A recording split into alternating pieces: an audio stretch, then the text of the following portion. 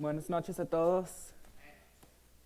Estoy feliz de que están aquí para el primer tema de la serie Apocalipsis, Esperanza para la crisis de hoy. El tema de esta noche se llama ¿Cómo conocer el futuro? Un sueño del pasado nos habla en el presente. Cierto día, un erudito muy distraído viajaba en tren, completamente absorto en su lectura. El conductor se acercó a él y le pidió su boleto. El erudito buscó en sus bolsillos, pero no pudo encontrarlo. Siguió buscando frenéticamente. Entonces el conductor le dijo amablemente: «No se preocupe, señor. Cuando lo encuentre, lo envía por correo a la compañía. Estoy seguro de que lo tiene». El erudito contestó ya en estado de pánico: «Pero es que usted no lo entiende. Tengo que encontrarlo. Necesito ese boleto para saber a dónde se supone que estoy viajando». Esta noche, millones de personas en todo el mundo se preguntan: ¿a dónde se supone que vamos? El futuro parece incierto. La gente está confundida. Se pregunta a dónde va, pero no necesitamos preguntarnos eso ya más. Hace 2500 años, el sueño de un rey de la antigüedad trazó la historia de este mundo. El libro de Daniel, el capítulo 2, cuenta la historia de este sueño. El hombre que tuvo el sueño era el rey de Babilonia, entonces el reino más poderoso del mundo. En su segundo año como rey, Nabucodonosor se fue a dormir con pensamientos inquietos. Él, como todos nosotros, se preocupaba sobre el futuro y se preguntaba cuánto duraría su reino. Por fin se durmió. Cuando el rey se despertó de su sueño turbado, estaba perplejo. Sabía que había soñado y sabía que su sueño era importante, pero no se podía acordar de qué había soñado. Los babilonios ponían gran importancia en cosas así, por lo cual Nabucodonosor tenía astrólogos, magos, encantadores y adivinos que decían poder revelar misterios e interpretar sueños.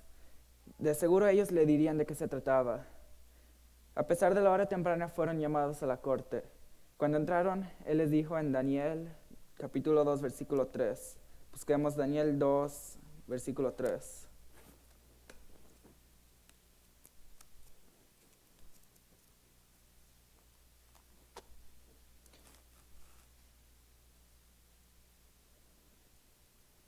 Y marquen Daniel 2 en su Biblia porque vamos a estar leyendo de allí mucho esta noche. Y el rey les dijo: «He tenido un sueño y mi espíritu se ha turbado por saber el sueño». Estos supuestos magos estaban aterrorizados. No tenían manera de saber de qué había soñado el rey. Si nomás el rey les decía el sueño, estaban confiados de que podrían inventar una interpretación creíble. Así que dijeron en el versículo 4: «Entonces hablaron los caldeos al rey en lengua aramea: Rey, para siempre vive. Di el sueño a tus siervos y te mostraremos la interpretación». Pero Nabucodonosor no estaba dispuesto para negociar con sus sabios bien pagados. Sigo con el versículo 5. Respondió el rey y dijo a los caldeos: «El asunto lo olvidé. Si no me mostráis el sueño y su interpretación, seréis hechos pedazos y vuestras casas serán convertidas en muladares. Y si me mostraréis el sueño y su interpretación, recibiréis de mí dones y favores y gran honra. Decidme pues el sueño y su interpretación». Finalmente confesaron los sabios en Daniel 2, 10 y 11. Los caldeos respondieron delante del rey y dijeron: «No hay hombre sobre la tierra que pueda declarar el asunto del rey. Además de esto, ningún rey, príncipe ni señor preguntó cosa semejante a ningún mago ni astrólogo ni caldeo, porque el asunto que el rey demanda es difícil, y no hay quien lo pueda declarar al rey, salvo los dioses cuya morada no es con la carne». El rey estaba tan enojado que inmediatamente dio la orden para ejecutar a todos los sabios. En ese tiempo se encontraban en Babilonia Daniel y sus 3 amigos hebreos, quienes habían sido llevados allí cuando Nabucodonosor destruyó su ciudad, Jerusalén. Ellos, para ahora, ya eran considerados parte de los sabios del reino, aunque sí no estaban presentes cuando el rey demandó una explicación de su sueño. Cuando los soldados llegaron para llevarse a Daniel a su ejecución, él se sorprendió, siendo la primera vez que oía del asunto. Daniel pidió por tiempo para consultar con Dios y pedirle sabiduría para poder hacer conocer su sueño al rey. El rey, por respeto al joven Daniel, le concedió tiempo para hablar con su Dios, el Dios de la creación. Qué gran responsabilidad descansaba sobre los hombros de Daniel. No solamente estaba en peligro su vida y la de sus 3 amigos, sino también la de todos los sabios de Babilonia. Daniel regresó a su casa y explicó la situación a sus amigos. Todos ellos clamaron a Dios por un milagro y que revelara este misterio a fin de no ser ejecutado con el resto de los sabios de Babilonia. ¿Qué sesión de oración debe haber sido aquella? El Dios del cielo oyó y honró esa oración. La Biblia dice que Dios le reveló el sueño a Daniel esa misma noche. Daniel estaba tan contento con esa respuesta a su oración que dijo en el versículo 23 de Daniel 2: A ti, oh Dios de mis padres, te doy gracias y te alabo, porque me has dado sabiduría y fuerza, y ahora me has revelado lo que te pedimos, pues nos has dado a conocer el asunto del rey. Qué respuesta asombrosa a la oración de Daniel. Qué oportunidad para que el Dios verdadero fuera introducido al reino pagano de Babilonia. El versículo 24 dice: Después de esto fue Daniel a Arioc, el cual el rey había puesto para matar a los sabios de Babilonia, y le dijo así: No mates a los sabios de Babilonia, llévame a la presencia del rey, y yo le mostraré la interpretación. Ahora, nota que Daniel no tomó el crédito de esta hazaña sobrehumana para sí mismo. Dijo en los versículos 27 y 28: Daniel respondió delante del rey diciendo: El misterio que el rey demanda, ni sabios, ni astrólogos, ni magos, ni adivinos lo pueden revelar al rey. Pero hay un Dios en los cielos, el cual revela los misterios, y él ha hecho saber al rey Nabucodonosor lo que ha de acontecer en los postreros días. He aquí tu sueño y las visiones que has tenido en tu cama. Daniel sabía que solamente había un Dios que podía revelar el futuro. De hecho, la habilidad de escribir historia antes de que ocurra es la evidencia que el Dios de la Biblia da para enseñar que Él es el único Dios verdadero. Busquemos en nuestras Biblias Isaías 46, 9 y 10. Pero mantengamos marcados Daniel 2 porque regresaremos allí en un momento.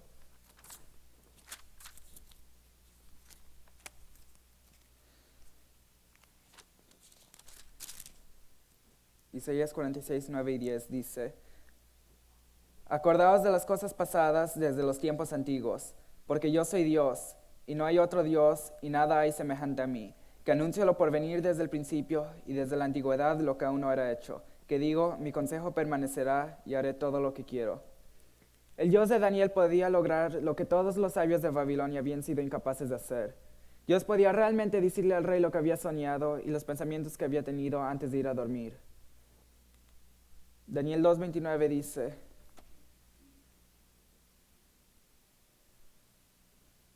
Estando tú, oh rey, en tu cama, te vinieron pensamientos por saber lo que había de ser en lo porvenir, y el que revela los misterios te mostró lo que ha de ser. Sí, el Dios de los cielos conocía las preocupaciones y el estrés de la mente de Nabucodonosor esa noche.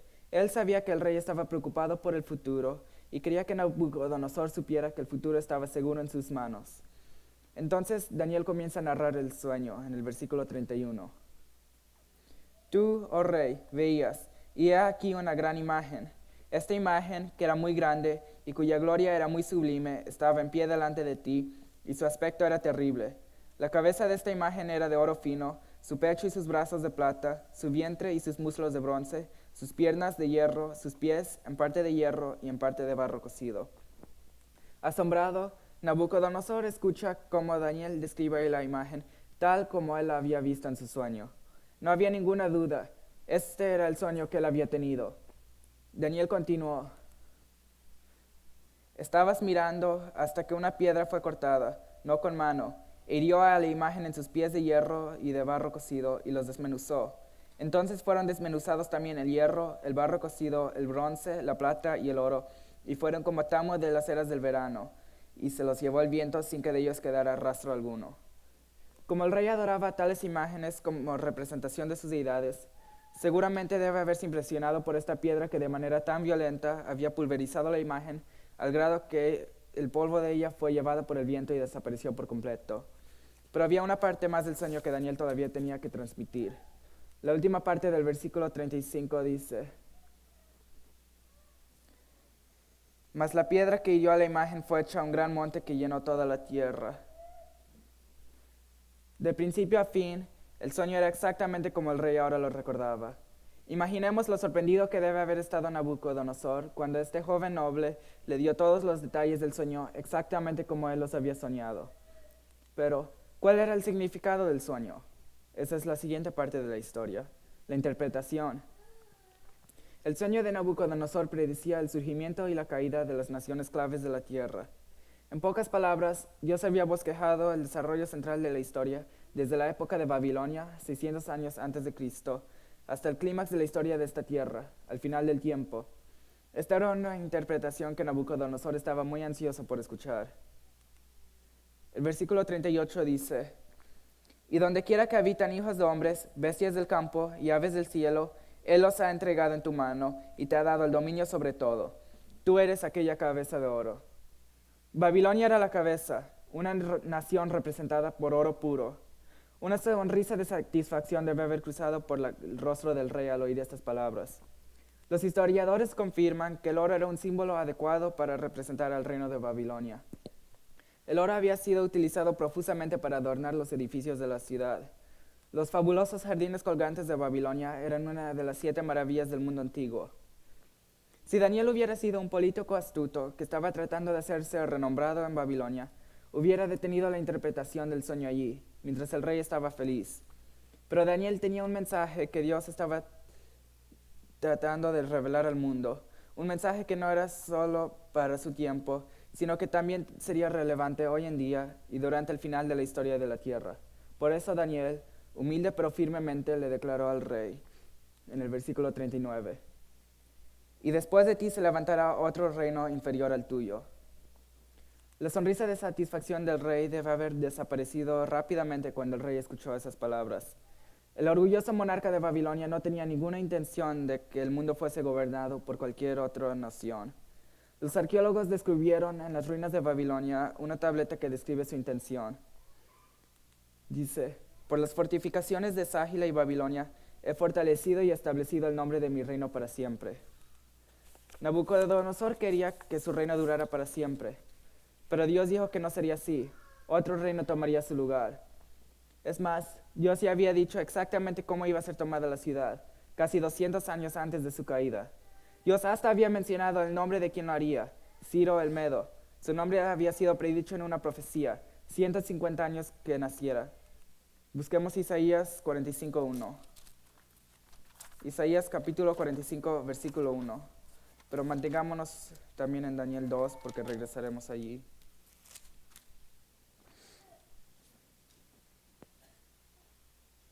Dice: así dice Jehová a su ungido, a Ciro, al cual tomé yo por su mano derecha para sujetar naciones delante de él y desatar lomos de reyes, para abrir delante de él puertas, y las puertas no se cerrarán. Durante el reinado de Belsasar, el arrogante y orgulloso nieto de Nabucodonosor, Ciro el Medo sitió a Babilonia. En el interior, Belsasar y sus nobles no estaban preocupados. Es más, estaban en una fiesta. Mientras bebían vino en los vasos de oro que Nabucodonosor había tomado del templo en Jerusalén, alababan a los dioses de Babilonia. No tenían la más remota idea de que las profecías de Isaías y Daniel se estaban cumpliendo. Como Ciro no podía derribar los muros, ya que eran demasiados altos y anchos, y de otra manera, desviaría el río que corría por el centro de la ciudad, y su ejército iría por el lecho del río hasta ingresar a la ciudad. Alguien, por descuido o por traición, había dejado las enormes puertas internas de bronce abiertas y sin custodia. El rey fue asesinado y su gobierno derrocado. El 13 de octubre del año 539 a.C., el reino de Babilonia llegó a un final sin gloria, tal como lo había predicho la profecía. El gobierno de coalición formado por los medos y los persas era ciertamente inferior al glorioso imperio babilónico, pero rigió en el Medio Oriente durante 2 siglos. Daniel dijo que este reino de plata también sería superado por otro. Terminemos de leer Daniel 2:39.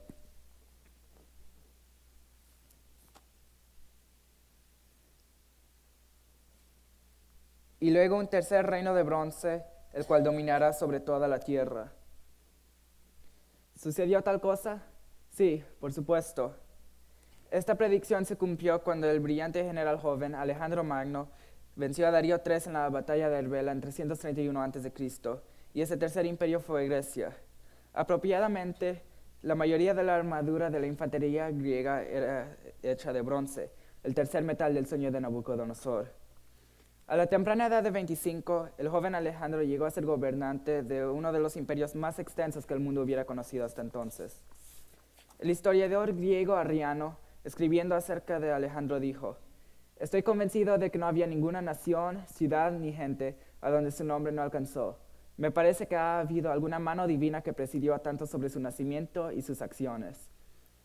Alejandro murió de una fiebre antes de cumplir los 33 años. Tras su muerte, su imperio se debilitó y fue dividido en varias partes hasta que finalmente, el 22 de junio de 168 a.C., en la batalla de Pydna, pereció el imperio de Alejandro Magno, 144 años después de su muerte. Hasta aquí, la profecía se ha cumplido claramente por esta secuencia de imperios. Como recordarás, el sueño predicía 4 imperios mundiales, uno tras el otro. Así es como Daniel describió a Nabucodonosor el imperio final, en el versículo 40. Y el cuarto reino será fuerte como hierro, y como el hierro desmenuza y rompe todas las cosas, desmenuzará y quebrantará todo. Ciertamente el hierro era el metal más apropiado para representar al imperio romano. Roma habría de gobernar con mano de hierro sobre un territorio aún más extenso que el de los imperios anteriores, y durante muchos siglos más. Sus césares se autoproclamaban dioses y exigían adoración y obediencia de todos los hombres. Fue durante el dominio de Roma que ocurrieron 2 acontecimientos de gran importancia en esa nación. Primero, Jesús nació en Belén. Fue un decreto de empadronamiento el que llevó a sus padres a la ciudad de David, pero su nacimiento fue el cumplimiento de una profecía mesiánica. Segundo, Jesús fue crucificado en Judea, bajo la autoridad romana. Un gobernador romano permitió su condena y Jesús fue clavado en la cruz por soldados romanos. Pero ahora el patrón de la profecía cambia. Ningún imperio mundial reemplazaría a Roma. Daniel 2, 41 al 43 dice: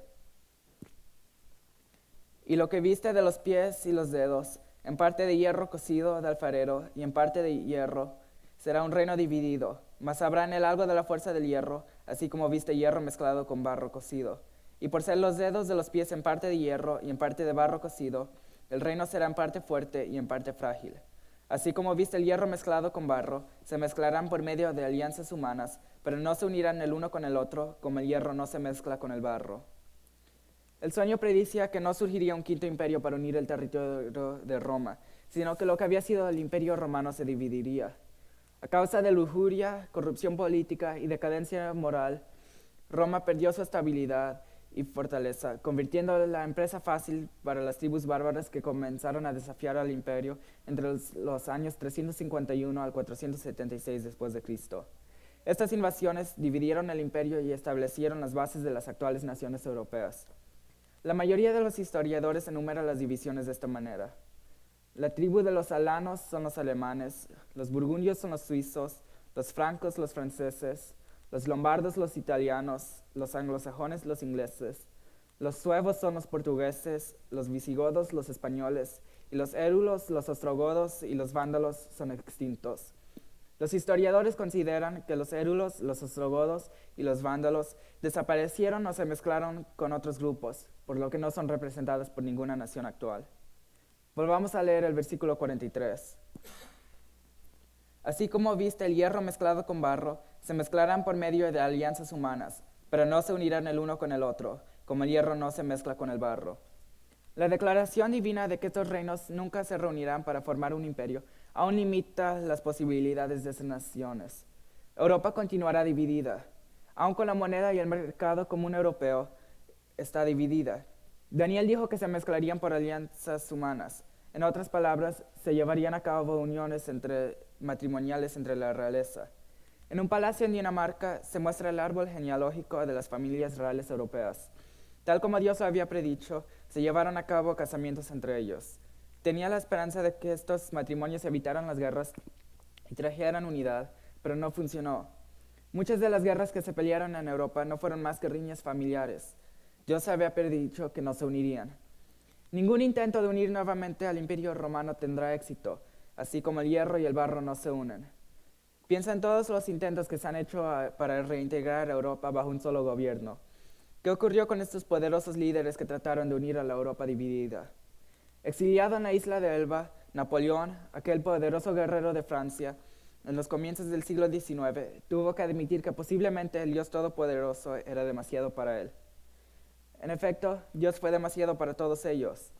Dios había dicho, no se unirán el uno con el otro. Si solamente el antiguo imperio romano se pudiera reunir, se hubiera demostrado la falsedad de la Biblia. Pero esas 8 palabras de la interpretación de Daniel han resistido la capacidad y la determinación de algunos de los más notables líderes de la historia. El sueño de Nabucodonosor aún se mantiene firme en la actualidad. Regresemos a nuestra historia. El rey Nabucodonosor debe haber quedado atónito por esas predicciones sorprendentes. Por medio de su sueño, Dios había predicho el surgimiento y la caída de los grandes imperios mundiales. El último imperio sería seguido por una cantidad de naciones, algunas fuertes, otras débiles, pero todas ellas inexorablemente divididas. Pero, ¿qué sucedería después? Con evidente alegría y confianza, Daniel llegó al clímax asombroso del sueño de la gran imagen. Escribió en los versículos 44 y 45. Y en los días de estos reyes, el Dios del cielo levantará un reino que no será jamás destruido, ni será el reino dejado a otro pueblo. Desmenuzará y consumirá a todos esos reinos, pero él permanecerá para siempre. De la manera que viste que del monte fue cortada una piedra, no con mano, la cual desmenuzó el hierro, el bronce, el barro, la plata y el oro. El gran Dios ha mostrado al rey lo que ha de acontecer en lo porvenir, y el sueño es verdadero y fiel su interpretación.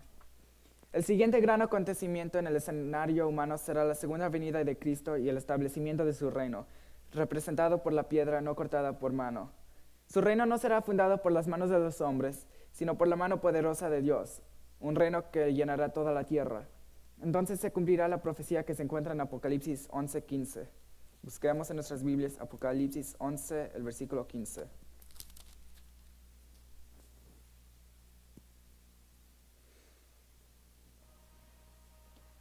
El séptimo ángel tocó la trompeta y hubo grandes voces en el cielo que decían: los reinos del mundo han venido a ser de nuestro Señor y de su Cristo, y Él reinará por los siglos de los siglos. Note los últimos acontecimientos cubiertos en la asombrosa profecía del libro de Daniel. La segunda venida de Jesús. Las naciones del mundo llegan a su fin.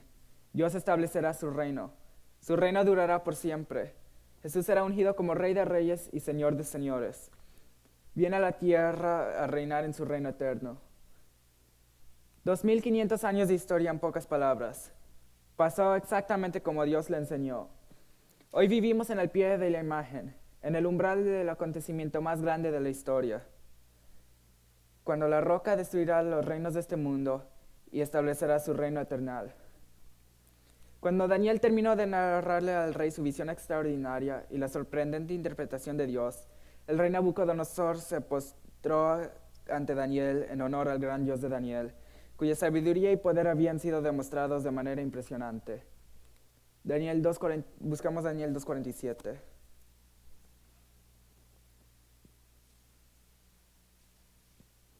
Dice: el rey habló a Daniel y dijo: ciertamente el Dios vuestro es Dios de dioses y el Señor de los reyes, y el que revela los misterios, pues pudiste revelar este misterio.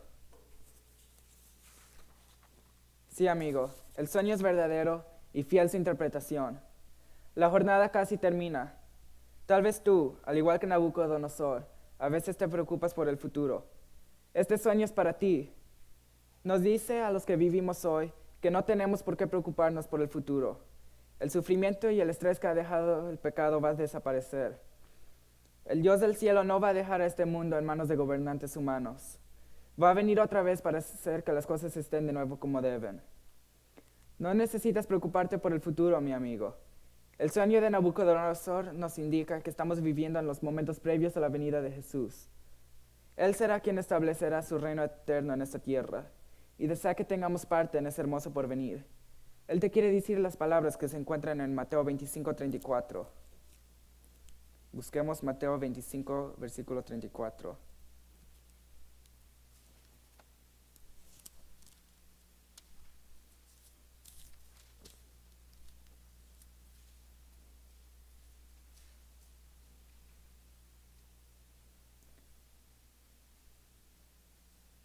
Entonces el rey dirá a los de su derecha: venid, benditos de mi Padre, heredad del reino preparado para vosotros desde la fundación del mundo. Pero, ¿cómo puedes saber si estarás allí? ¿Cómo puedes saber si tendrás un lugar en ese reino eterno? Puedes tener la plena seguridad de que estarás allí si estás dispuesto a hacer por fe lo que hizo el ladrón en la cruz cuando colgaba junto a Jesús. No podía acercarse más a Jesús, pero sabía que era pecador y que necesitaba ser salvo de los pecados que había cometido.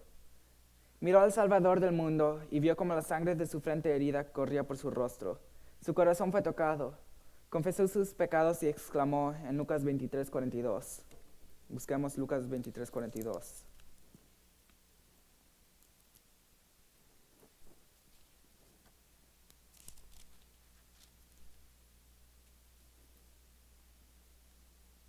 Y dijo a Jesús: acuérdate de mí cuando vengas en tu reino. Y Jesús le aseguró que estaría con él en ese reino. Tú también puedes recibir esa misma certeza de que estarás con Cristo en su reino que está por llegar. ¿Quieres tener esa seguridad? ¿Quieres un corazón lleno de esperanza en lugar de tener los pesares y las aflicciones de este mundo? ¿Quieres que tu vida esté en las manos del Dios que conoce y controla el futuro? En sus manos puedes descansar seguro. Eso es lo que yo quiero en esta noche. Hoy nos está llamando. Nos está invitando a acudir a Él en esta noche. Está apelando a nuestros corazones en este mismo momento. ¿Quieres decirle conmigo? Sí, Señor. Confiaré plenamente en ti. Por favor, sé mi Salvador de este mundo de pecado, por tu gracia. Hazme ciudadano de tu reino eterno. ¿Es ese tu deseo? Si ese es tu deseo, ponte de pie. Quiero hacer una oración por ti.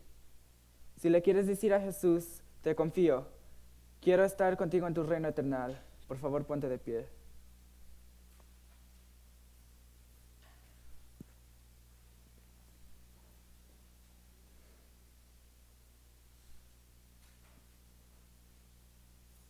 ¿Hay alguien más?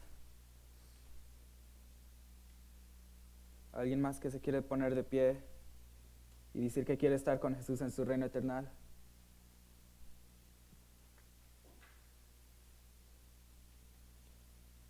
Ahora, ¿hay alguien que está luchando con un área de su vida? Quizá tienes un problema personal que piensas que nadie entiende. Quizá tienes problemas en tu casa. Quizá tienes problemas en el trabajo. A lo mejor has hecho algo que te da pena haber hecho. Tal vez estás deprimido. Si eres uno de estos o tienes otro tipo de problema, después de que se acabe el programa tendremos unos guerreros de oración que estarán listos para orar por ti. Si te gustaría una oración especial, ven al frente cuando termine el programa y uno de nuestros guerreros de oración orará por ti. Oremos ahora. Amado Padre Celestial, gracias por ser un Dios que conoce el futuro, incluyendo el nuestro. Gracias por proveer la felicidad eterna para cada uno de nosotros, un futuro libre de sufrimiento y de pecado, angustia y aflicción. Gracias, Señor, por invitarnos esta noche a ser parte de tu maravilloso reino. Por eso, esta noche queremos colocar nuestras vidas en tu mano. Queremos poner nuestras preocupaciones y temores en tus manos. Nuestro Salvador, queremos entregarte nuestros pecados y junto con el ladrón en la cruz, queremos pedirte que por tu gracia nos salves para estar en tu reino. Gracias por la promesa de tu pronto regreso. A medida que continuamos aprendiendo más acerca de las profecías llenas de esperanza que nos predicen los eventos finales de esta tierra, prepáranos para enfrentarlos en tanto mantenemos nuestros corazones sometidos a ti. Bendice a cada familia y a cada hogar representado aquí. Te pedimos en el nombre de Jesús. Amén.